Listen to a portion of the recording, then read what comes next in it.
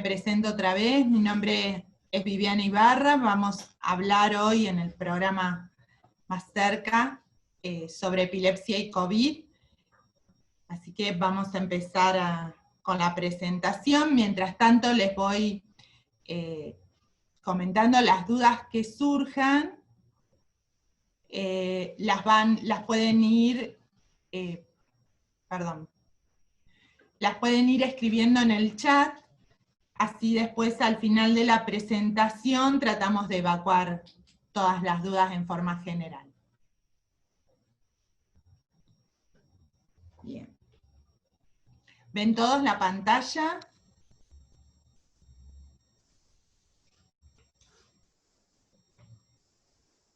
Perfecto. Bueno, en principio, recordarle algunos de los síntomas, ¿no? Y para que puedan contactar y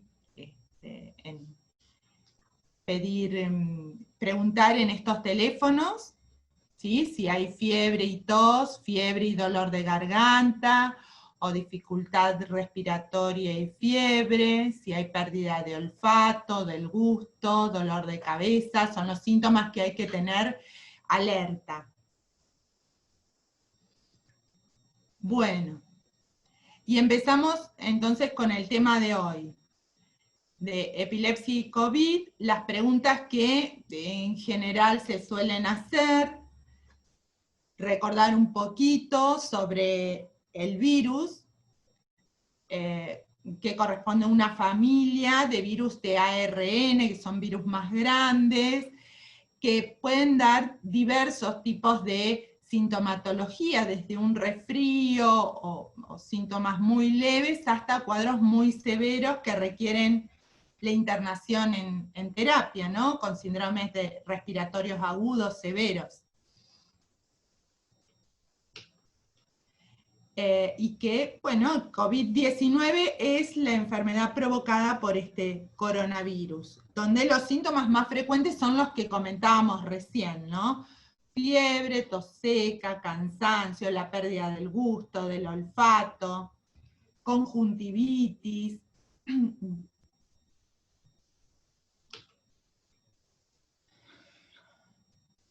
Sabemos que alrededor del 80% se recuperan sin necesidad de internación, pero hay un 20% que requieren la internación, y 1 de cada 5 pacientes presentan un cuadro grave que requiere internación en cuidados intensivos. ¿Quiénes son los pacientes que deben tener mayor cuidado? Son aquellos que tienen una enfermedad oncológica o enfermedades cardíacas crónicas, respiratorias, y fundamentalmente los que tienen enfermedades inmunológicas. Son los que tienen, digamos, como factor de riesgo alguna de estas patologías, ¿no? ¿Qué pasa respecto al compromiso neurológico en los pacientes que tienen COVID? Si se ha demostrado o no la presencia de compromiso neurológico, y en realidad sí, hay varios estudios que se hicieron.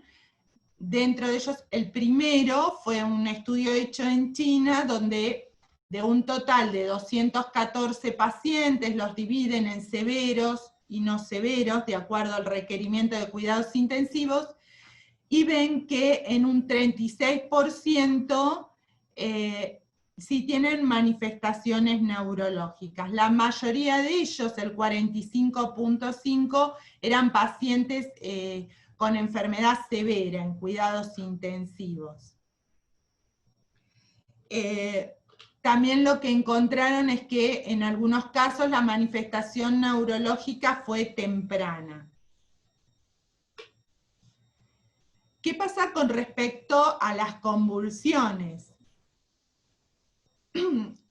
La presencia, o sea, el debut de síntomas de COVID con convulsiones, en realidad solamente hay un caso, que es este informe que les presento.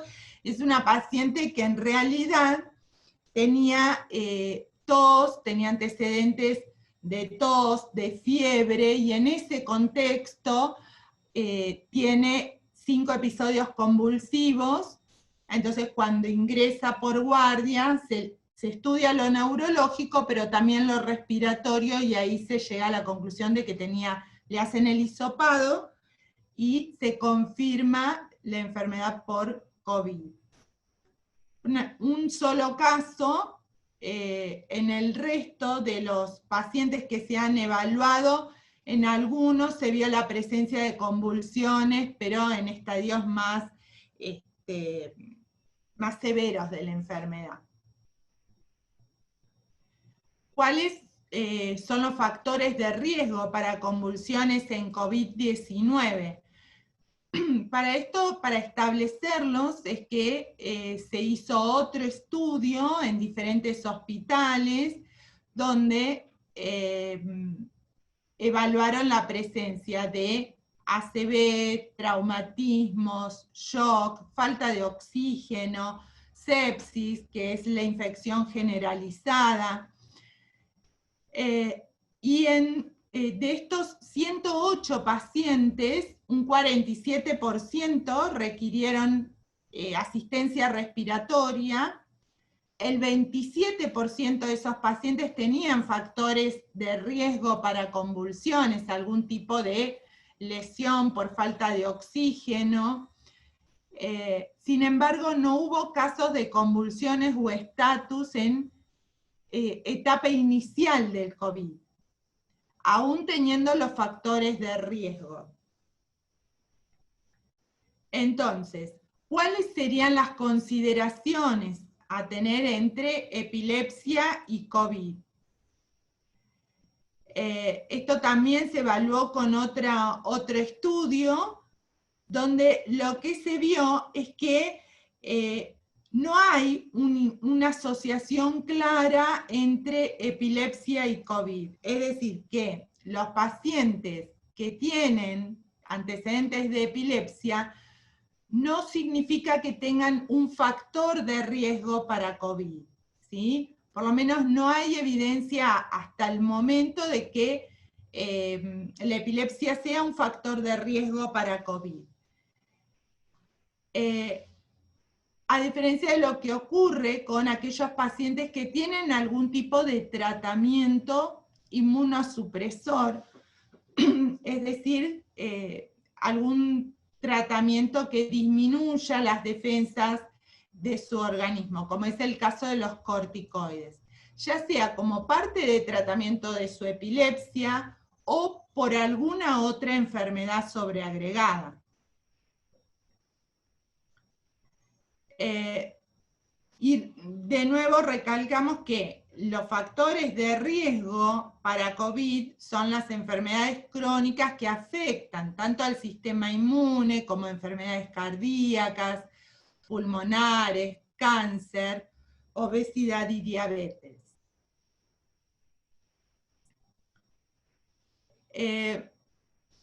Respecto a si la epilepsia representa un mayor riesgo de complicaciones por COVID, no hay tampoco ninguna evidencia al respecto. Solo, de nuevo, los pacientes que tienen alguna afección del sistema inmunológico son los que tienen mayor riesgo de complicaciones por COVID. Respecto a la continuidad del tratamiento, hay que mantener siempre el tratamiento. Si hay alguna dificultad con el tema de obtener las recetas, se pueden obtener solicitándolas por la página web. Es importante que mantengan la adherencia al tratamiento. Los antiepilépticos no aumentan el riesgo de COVID. Y justamente lograr un buen control de las crisis evita el requerimiento de evaluaciones por guardia, donde sabemos que hay pacientes COVID. Es importante también en aquellos pacientes que tienen, aunque sea episodios aislados de convulsiones, que tengan hablado con su neurólogo de cabecera el uso de eventualmente medicación de rescate frente a una posible crisis. En general en esto se usan medicamentos que dentro del espectro de las benzodiazepinas, esos son el clobazam, lorazepam o clonazepam.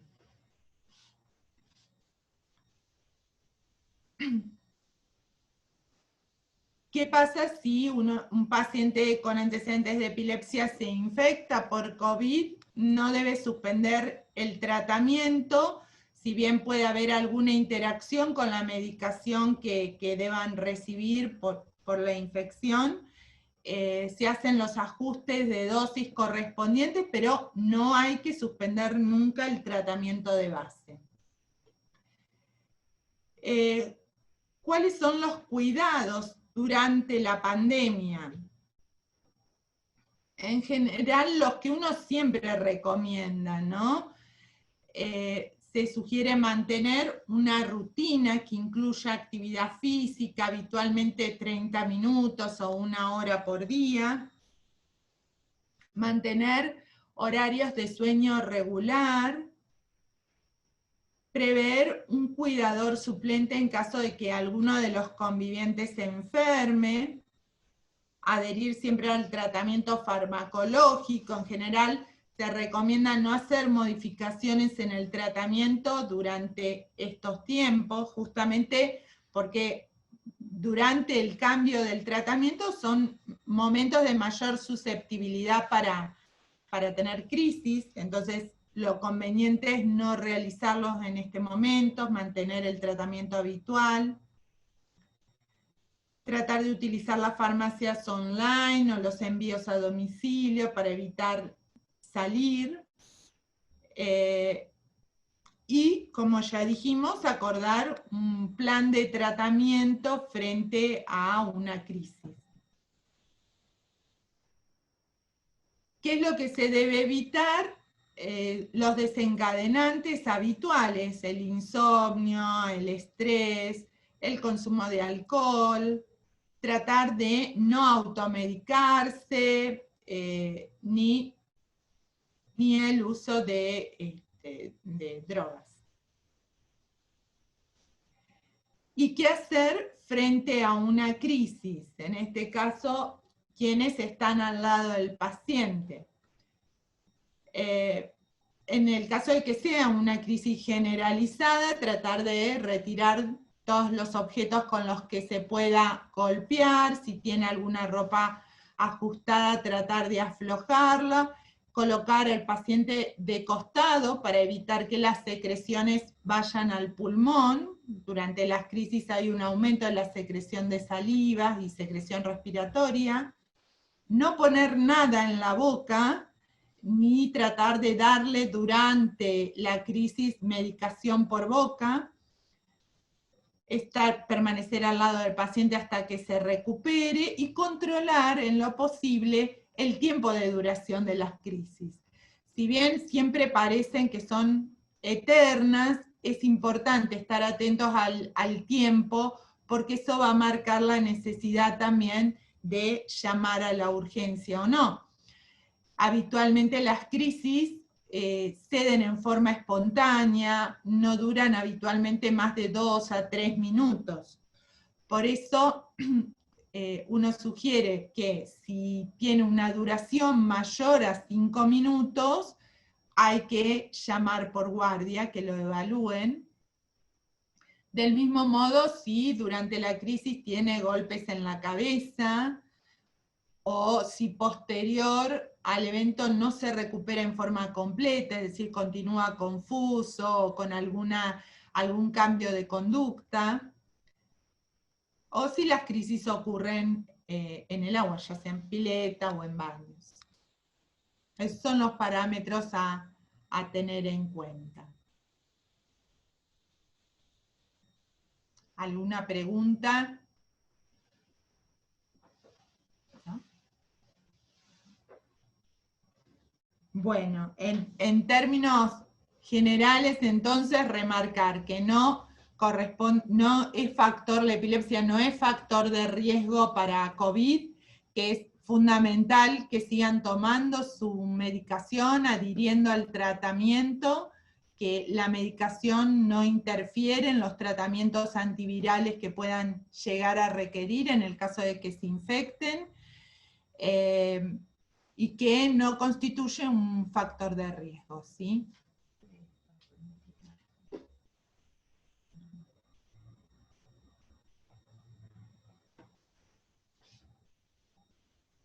Muy bien. Me fijo a ver si hay alguna duda.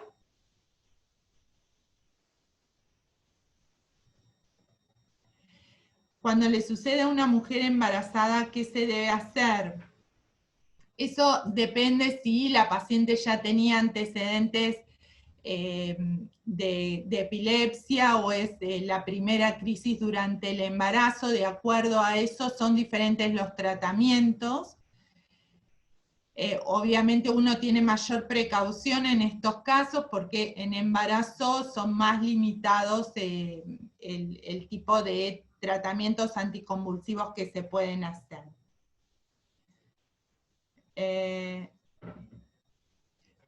Bueno, los números para pedir receta los tienen en la página de la obra social. Igual va a quedar colgada la información, así es que los pueden sacar de ahí. Por haber tenido, leo una de las preguntas.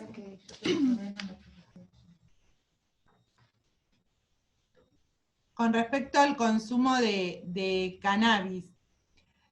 En realidad el consumo de cannabis es para determinadas epilepsias refractarias, sobre todo las encefalopatías epilépticas de la infancia, donde los chiquitos a veces tienen 20, 30 y hasta 50 crisis por día. Hace poco tiempo salió un comunicado desde el grupo de epilepsia de la sociedad, porque se está usando, digamos, cannabis que venden en las dietéticas, que uno no sabe muy bien cómo estuvo preparado, y en esos casos es un riesgo aumentado, porque dependiendo del principio activo que se utilice, pueden mejorar la epilepsia o al contrario, puede tener prioridad de los síntomas. Con respecto al el manejo de epilepsia refractaria,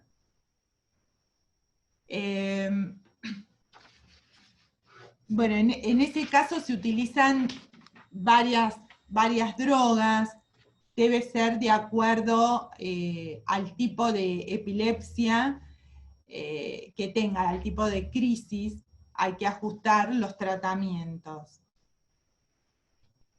No puedo decirles mucho más que esto, solo el 30% de las epilepsias en general son epilepsias refractarias, el 70% aproximadamente responden bien frente a una adecuada elección del fármaco. ¿Quiénes pueden tener epilepsia? En realidad hay dos picos importantes que son en la niñez y en el adulto mayor, después de los 60 años, pero todo el mundo puede tener epilepsia. Hay veces que uno puede encontrar cuál es la causa subyacente y otras veces que los estudios vienen normales, sin embargo, el diagnóstico es clínico frente a la presencia de 2 o más crisis convulsivas. ¿La medicación puede ser siempre la misma? Sí. Si el paciente está bien, no es necesario cambiarla porque se acostumbre al cuerpo, que uno a veces escucha esto en el consultorio. No, si el paciente está bien, se puede mantener siempre la misma medicación.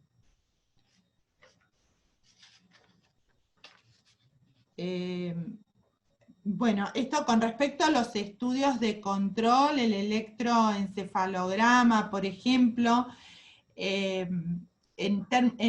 ahora en el tema, con el tema de la pandemia, obviamente los estudios de control se están demorando, mientras el paciente, digamos, esté bien, esté controlado clínicamente, el estudio se puede postergar para más adelante. Habitualmente uno aconseja en tiempos habituales estar con un control de un electro por año. Pero bueno, en estos momentos si hay que diferirlo, para mayor protección no es problema. Siempre el punto de mayor control es que el paciente esté bien con la medicación, que no tenga episodios, ¿sí?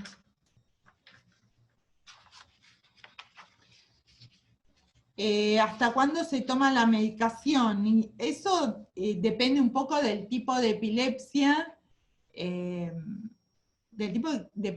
tenga. En algunos casos, si el paciente está durante 2 a 5 años sin crisis y no hay ningún tipo de lesión que justifique la aparición de crisis, y los electros están bien, bueno, se puede plantear una posibilidad de alta, pero no en todas las epilepsias.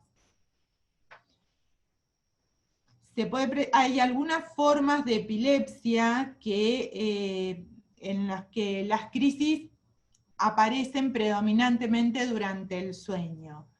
Esto con respecto a si se puede dar la epilepsia por la noche o en el sueño. Hay algunas formas de epilepsia con crisis predominantemente durante el sueño. Con respecto a los pródromos de una convulsión, no todos los pacientes lo tienen. Hay algunas formas de crisis que se llaman generalizadas, donde el paciente no tiene ningún aviso, simplemente tiene la convulsión. Y hay otras que se llaman convulsiones focales o de inicio focal, donde el paciente puede percibir a veces un hormigueo o a veces una sensación inespecífica o un malestar del estómago que sube hacia la cabeza. Muchas veces no logran, digamos, especificar cuál es el síntoma que les avisa que va a tener la crisis. Pero sí, en principio hay determinadas formas de convulsión que tienen un síntoma previo o pródromo, que en realidad es parte de la misma crisis, y otros en los que no.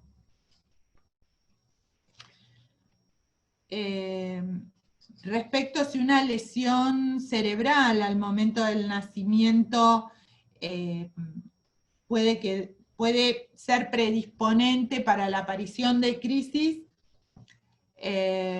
sí, puede ser un factor predisponente. A ver, en estos, el hecho de que tenga una lesión cerebral, si nunca tuvo convulsiones, no requiere un tratamiento preventivo para evitar la aparición de crisis, ¿se entiende? A diferencia de, tiene convulsiones, lo estudian, encuentran una lesión cerebral, eso define que el tratamiento va a ser a más largo plazo que en otros pacientes. ¿Las apneas provocan convulsiones? Sí, pueden provocarlas. No siempre, y dependiendo de la duración de la apnea. Sí, las apneas obstructivas del sueño, en general, no lo provocan. Pero si son apneas un poco más prolongadas, esto va a provocar una disminución de la oxigenación de todos los tejidos, incluyendo el cerebro, y puede predisponer a la aparición de una convulsión.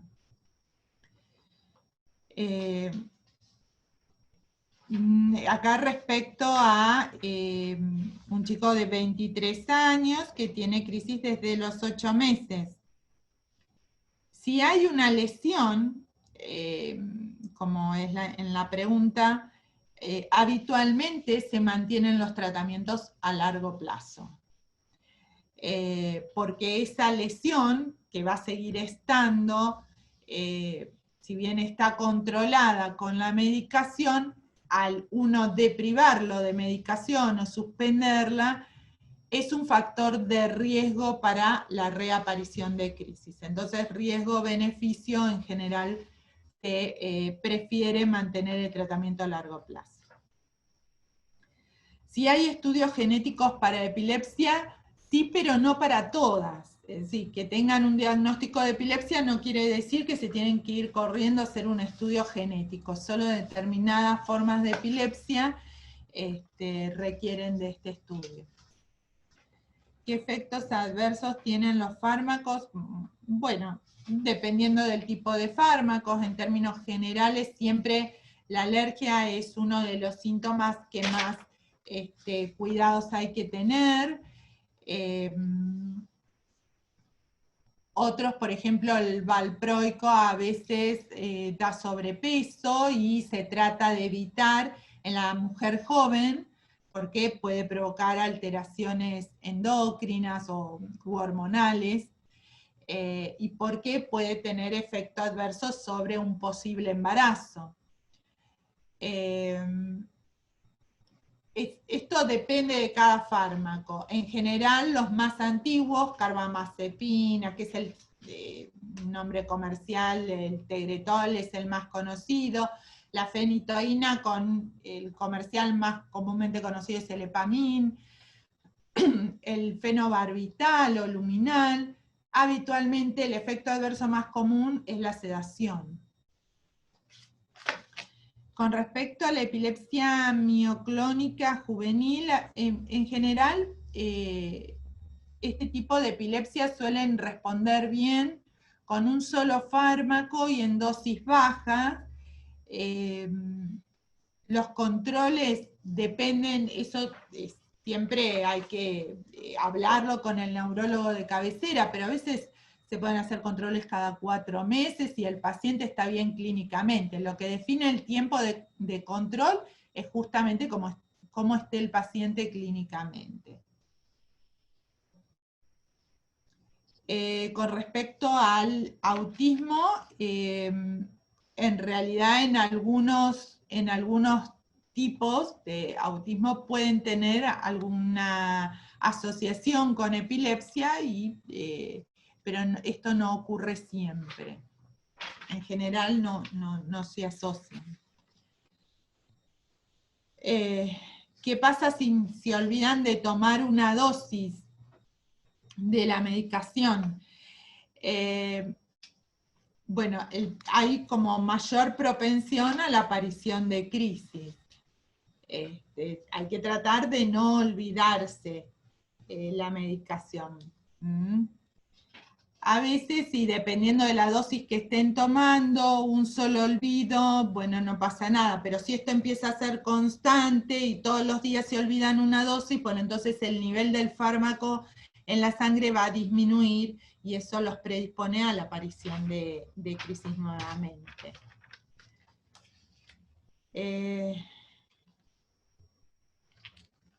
Si se sube mucho de peso con el valproico, por ejemplo, habría que evaluar la posibilidad de rotar el esquema de tratamiento. Hay muchas opciones, si bien el valproico es una droga muy noble, si está trayendo efecto adverso, se intenta hacer la dieta y bueno, y continúan con sobrepeso, eventualmente se puede rotar el fármaco, dependiendo siempre de cada crisis, ¿no?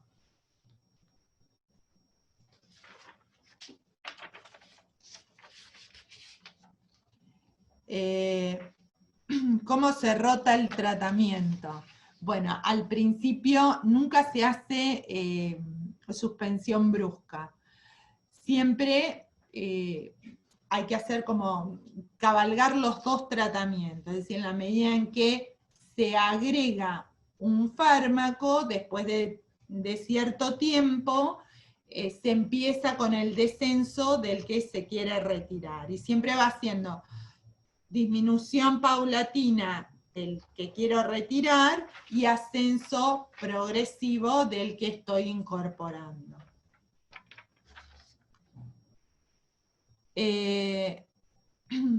La dieta cetogénica. La dieta cetogénica se utiliza en algunas epilepsias refractarias y se están viendo buenos resultados.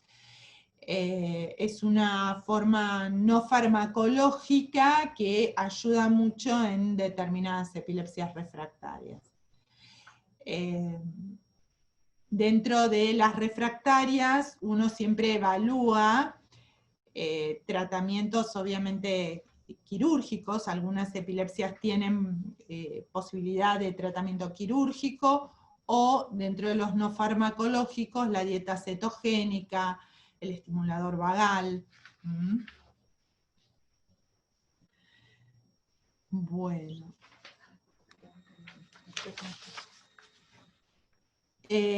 La dieta cetogénica es medio difícil poder explicárselos, pero tiene que ser hecho en un centro que tengan experiencia con dieta. No es algo que ustedes puedan hacer desde casa.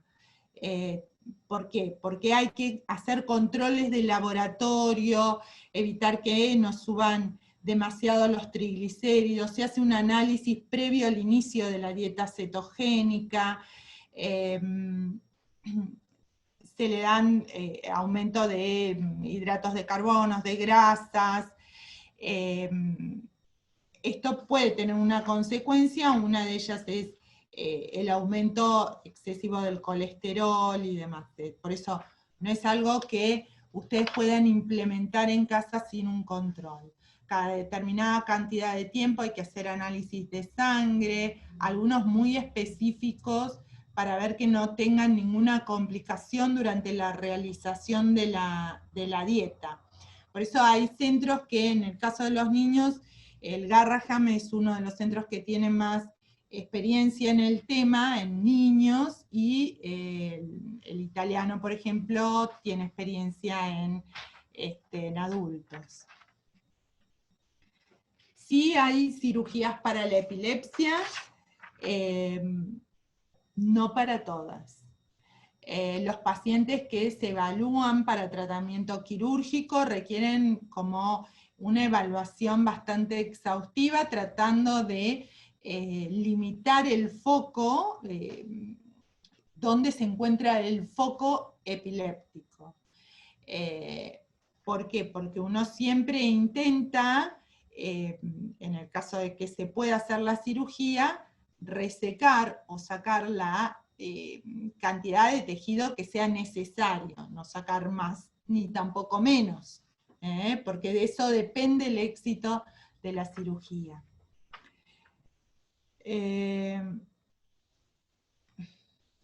La anemia y la epilepsia,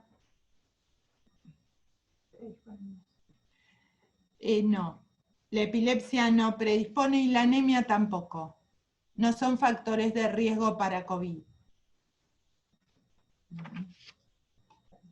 Bueno, espero haber podido evacuar algunas dudas. Que tengan un buen día y nos vamos a estar viendo. Hasta luego.